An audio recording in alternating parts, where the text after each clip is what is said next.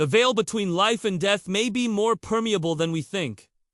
Have you ever wondered if there's a heaven and hell? Well, different religions have their own beliefs about what happens after we die, but what do scientists have to say about it? Today, let's take a deep dive into 7 theories that will blow your mind about the other side. Number 7. The consciousness flip theory. This theory suggests that when we die, our consciousness doesn't go anywhere. It just appears as though it does. This is because our brain activity changes dramatically in the moments leading up to and after death. Our memories, emotions, and even our sense of self are all stored in our brains. And when our brains stop functioning, it's like trying to listen to a radio station that has gone off the air. You can still tune in to the frequency, but the signal is faint and distorted. As neuroscientist Peter Sellers put it, consciousness is nothing more than the patterns of activity in the human brain. So if our brains are no longer active, then neither are we. However, this theory doesn't explain why near-death experiences are so vivid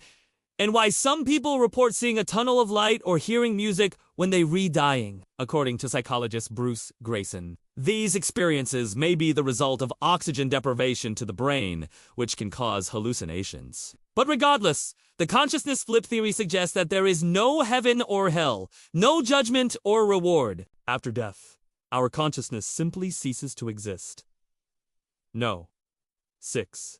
The afterlife and reincarnation. Now let's move away from scientific theories and delve into some religious and spiritual beliefs. Many religions such as Hinduism, Buddhism, and certain sects of Christianity believe in an afterlife and reincarnation. In these traditions, when someone dies, their soul or spirit is reborn into a new body. This cycle of death and rebirth continues until the soul reaches a state of enlightenment and is finally released from the cycle of suffering. In Hinduism, for example, the soul is believed to be immortal and it transmigrates from one body to another according to the law of karma. Good deeds lead to a better rebirth, while bad deeds lead to a more difficult one. Eventually, however, the soul can achieve moksha, or liberation from the cycle of reincarnation. In Buddhism, the soul is not the focus, and instead the emphasis is on the cycle of suffering caused by attachment and desire. The goal is to reach nirvana, a state of perfect peace and enlightenment, where one is free from suffering. In some Christian traditions, there is also a belief in reincarnation. This is known as the concept of the soul sleep. According to this belief, the soul temporarily goes to sleep after death and is then awakened in a new body at a later time. No. 5. Heaven and hell. Now let's talk about the classic heaven and hell. In Abrahamic religions such as Christianity, Islam, and Judaism, it's believed that after death, the soul is judged by God and sent either to heaven or hell. In heaven, the righteous will spend eternity in a state of bliss and paradise, while the damned will suffer eternally in hell. This belief in an afterlife is thought to have originated in ancient Mesopotamia, where the first written stories of heaven and hell can be found. These beliefs spread to other cultures through trade and conquest, and eventually formed the basis of many modern religions. Some people believe that the threat of hell is enough to keep them on the straight and narrow path, while others find comfort in the promise of heaven. Ultimately, whether or not one believes in heaven and hell is a matter of faith. There is no scientific evidence to support their existence, but that doesn't stop billions of people from believing in them. Number 4.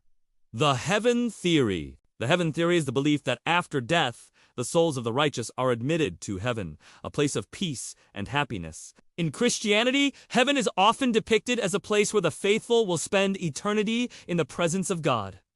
Muslims, too, believe in heaven, known as Jannah in their faith, where the virtuous will be rewarded with gardens of paradise and the company of beautiful hur. In some mystical traditions, heaven is seen as a state of union with the divine, a place where the boundaries between self and other disappear and one is filled with a sense of peace and love. Some people who have had near-death experiences have reported seeing a tunnel of light, which they believe was the entrance to heaven. Others have reported hearing the sound of music or voices calling their name, beckoning them towards the light. Whether or not these experiences are real or imagined, they offer a glimpse into the human desire for an afterlife filled with peace and beauty. 3. The lake of fire.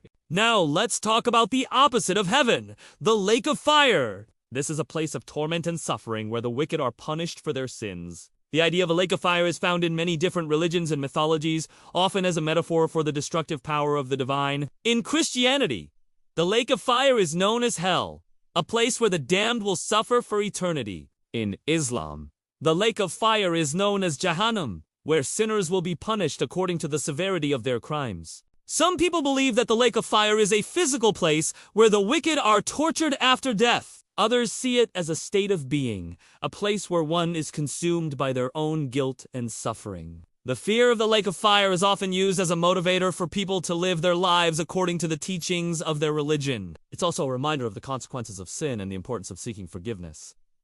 No. 2. The baryon theory. Now let's take another look at this from a scientific perspective. The baryon theory suggests that everything in the universe is made up of tiny particles called baryons, which are the building blocks of matter. When a person dies, their baryons are released back into the universe. According to this theory, there is no such thing as an individual soul that goes to heaven or hell. Instead, our consciousness is simply a product of the interactions between our baryons and the environment around us. When we die, those interactions cease and our consciousness ends. This theory may seem bleak, but it also offers a certain amount of comfort. If there is no heaven or hell, then there is no judgment, no reward, and no punishment. We are all just part of the natural world, and our place in the cycle of life and death is just like any other living thing. No one. The Celestial City. The Celestial City is a common theme in many religions and spiritual traditions. It represents a place of peace and harmony where the faithful can find refuge from the troubles of this world. In Christianity, the Celestial City is often depicted as the New Jerusalem, a place of gold and crystal where God himself will dwell with his people. In Islam, the Celestial City is known as Al-Quds, or Jerusalem, which is considered to be the third holiest city after Mecca and Medina. For some, the Celestial City represents a physical place that can be reached after death. Others see it as a state of mind, a place that can be found within oneself through meditation and prayer. Regardless of its nature, the Celestial City represents a longing for peace and harmony that many people share. It's a reminder that there is always hope, no matter how difficult things may seem in the present. In conclusion, what do you think? Is there life after death?